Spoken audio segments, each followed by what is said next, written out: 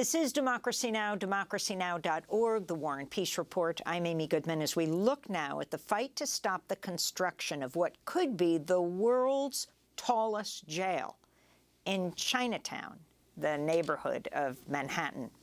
The 300-foot-tall so-called Jailscraper, or megajail, would be a third as high as the Empire State Building. It's one of 4 new jails that are part of a plan to replace the city's notorious Rikers Island jail, where 18 prisoners have died this year alone. The Marshall Project reports the borough-based jail plan focuses on building near courthouses and would feature jails meant to be more, quote, humane. Opponents of the $8 billion plan, including the No New Jails Coalition, have called instead for the city to invest in non-carceral violence prevention, harm reduction, and crisis management. In addition to the Jailscraper in Manhattan, the city's plan includes new jails in Queens, Brooklyn, and the Bronx. It excludes Staten Island, predominantly white and conservative.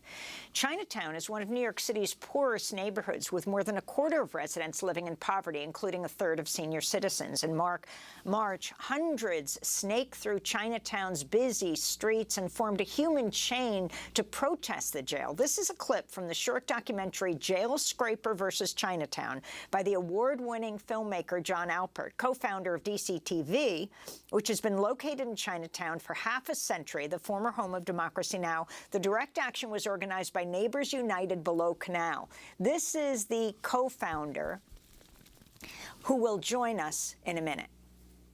We are not letting you put up these fences. We're going to defend Chinatown. We're going to do this civil disobedience to block this truck. Everybody sit down. Any company that comes to Chinatown to profit off of the building of this jail or the demolition of these 2 jails is not welcome in Chinatown, Little Italy. You are not welcome here. People first, no new jails. People first, no new jails. People first, no new jails. People first, no new jails. We're doing it for our community. We're doing it for our seniors. Right behind you is a senior living center. We're doing it for them. We're doing it for the residents. Yes. Over 12,000 letters written to Mayor Adams against this jail. We have heard 0 response from his administration. How dare he not even respond to his constituents? The protesters mentioned New York City Mayor Eric Adams, who took office in January, has continued to support the jail plan he inherited from Mayor Bill de Blasio, despite Adams vowing to stop it when he was on the campaign trail. This is then candidate Eric Adams speaking in April of 2021 in Chinatown. I know this community well. As a police officer, I was assigned in this community. I know how much they have endured. And so if we want to stop the thoughtlessness that goes into what this community has experienced with the recent level of hate crimes, let's stop the institutionalizing of the hate that we're seeing in government. So I join them today in saying, no new jail, no building up a jail in this location. We can do a better job. Was then candidate Eric Adams. Over the weekend, construction heated up on the Jailscraper in Chinatown, even as opposition continues. Just before we went to broadcast, filmmaker Jon Alpert recorded this update from DCTV's Mike Kimber. It's just feet from the jail. Going up the street, and they standing up for the jail, and our basement flooded out with water and mud in the basement because this is a low point of the block, and all our basement got flooded up. From the jail construction? From the jail construction. That's the reason they tearing this up, is all because of the jail. They just put this brand new street down in August for summer streets, and they tore it all back up. Democracy Now! Invited the mayor's office to join us. They sent us this statement, quote, all 4 jail sites are currently either in demolition to remove existing structures or in site preparation to prepare for construction. We continue to carry out the borough-based jails program every day, they wrote. Well, for more, we're joined by three guests. Jan Lee, who you just heard in that video, is the co-founder of Neighbors United Below Canal. Christopher Marte is a New York City council member representing District 1, which includes Chinatown. He's been at the protests. And Jon Alpert, who has won more Emmys than we can count, is a journalist and documentary filmmaker, co-founder and executive director of DCTV, along with Keiko Tsuno. We welcome you all to Democracy Now! Jan, let's begin with you. Jan Lee, you have been fighting this Jailscraper.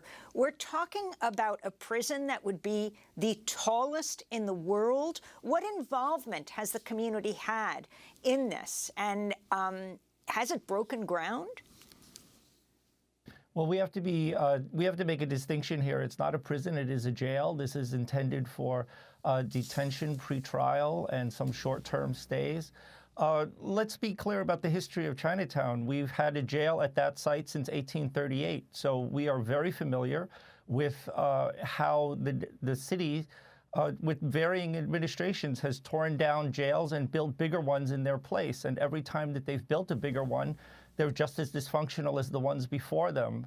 And so what we're saying is we're in a very unique position as a community that has fully accepted our part in creating a more humane environment for those who are incarcerated. It's very important to understand that we are accepting of this. What we're not accepting is the sacrifice, because this is a very dangerous area to be building a 350, it's not 300, it's 350-foot tallest jail in the world.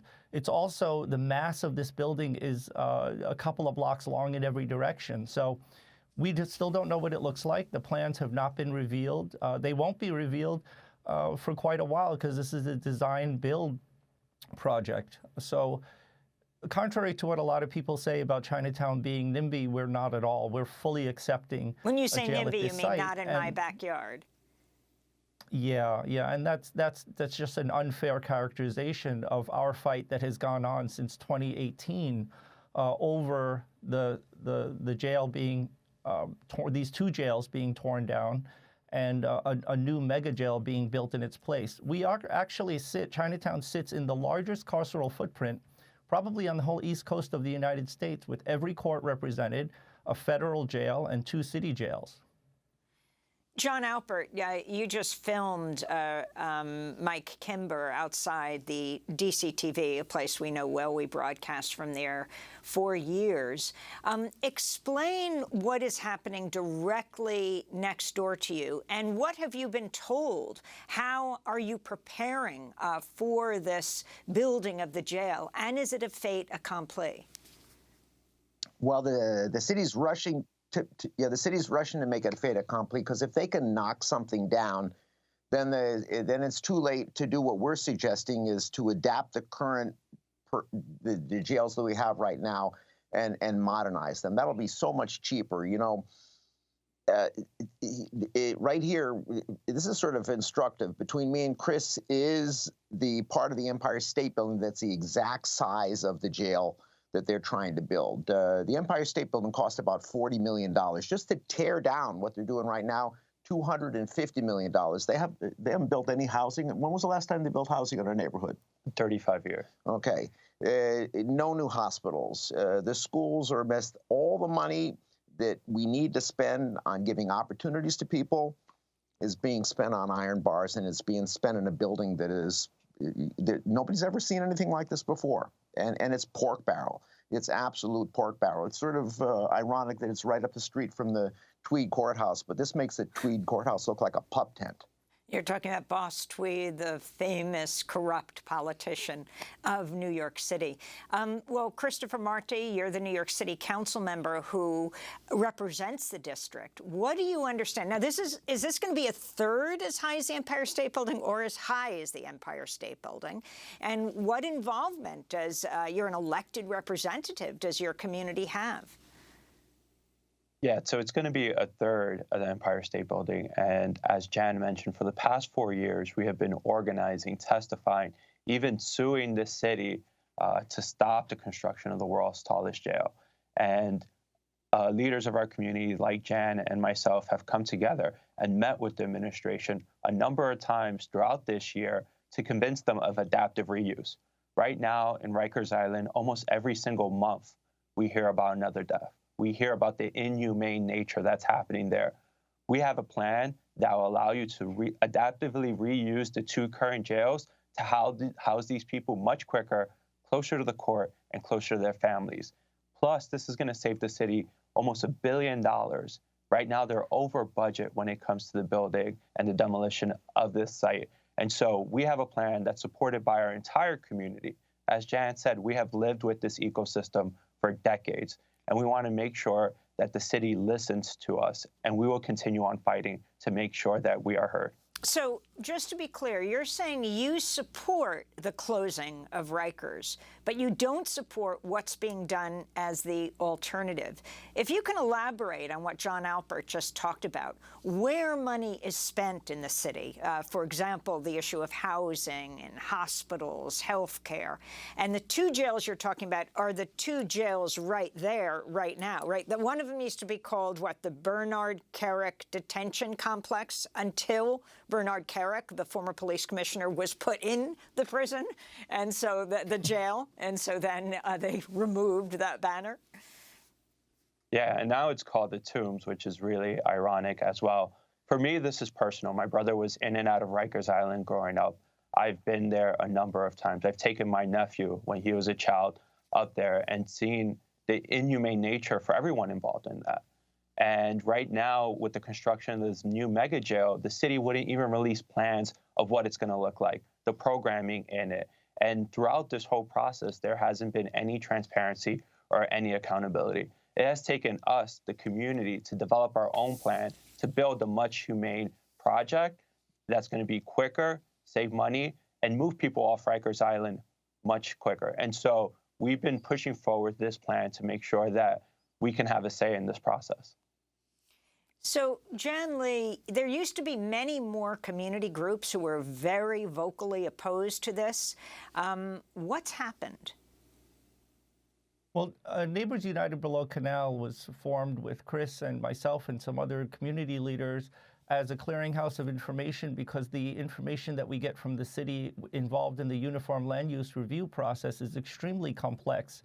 And the community partners that we partner with have used NUBC as the front face of this opposition, but we should also look toward the positive nature of what an adaptive reuse can be and why people should support it.